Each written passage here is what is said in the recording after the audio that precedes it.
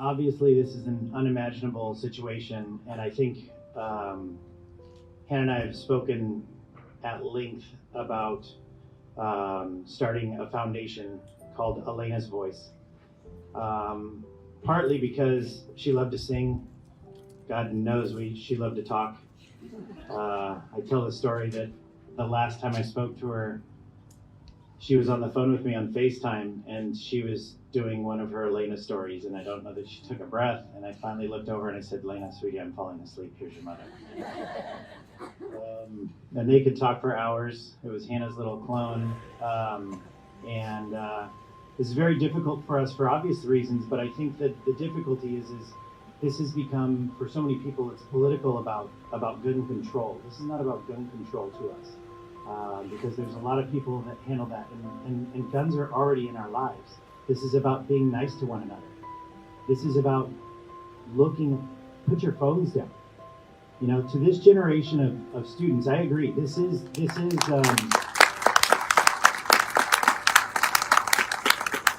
amazing that the students put this together, and I see my son and his friends, pick up trash, stuff that when we were, as old people, we'd look over, you don't pick up trash. But kids nowadays, it's like, why are you polluting? Why are you smoking? Why are you doing these things?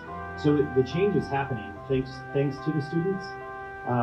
But there's also, there's a big part of it that I believe, you want to hand that to me? Does that?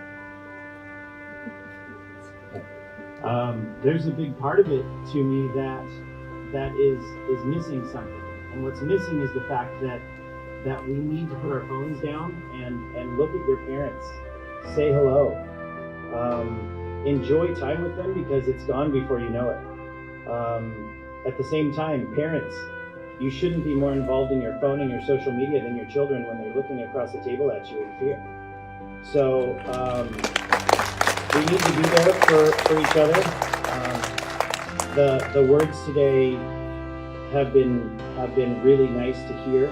I like the fact that it says in gun violence rather than gun control, because this is, all these senseless acts of violence are just unbelievable.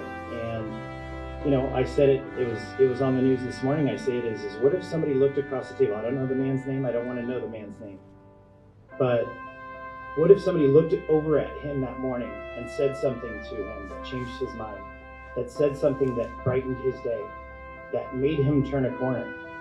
But we can't put our phones down long enough to look over at somebody and say hello. We're walking across the street and almost running into vehicles. Now that everything's electric, you can't even hear them. So I think it's so important to know that while Elena's gone, and we are going to have to live with that, we know that her voice will live on, and it will live on by working together to tell the media, and I'm glad they're all here today, is tell the media that you should never print these people's names. You should not say their name. You should not show the videos. So for example, I've told this story to a couple of people. Napa Valley 1839, we took out safety bags with the help of a couple of businesses.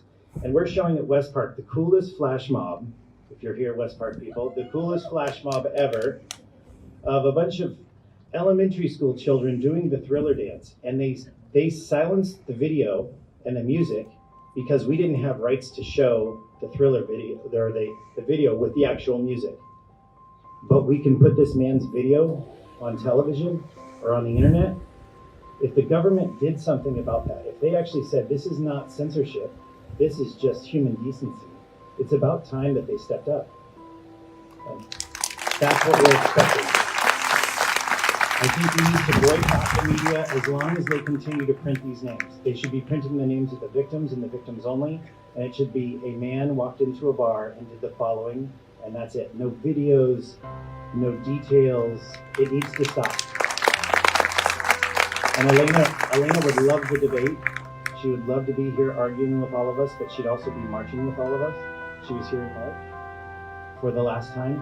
And we want to thank you guys for the outpouring of love. It's been amazing. And if you ask how I'm standing here talking right now, it's because I'm talking about something else that takes my mind off of it. So thank you, everybody, for coming. And I don't know where it's going from here, though.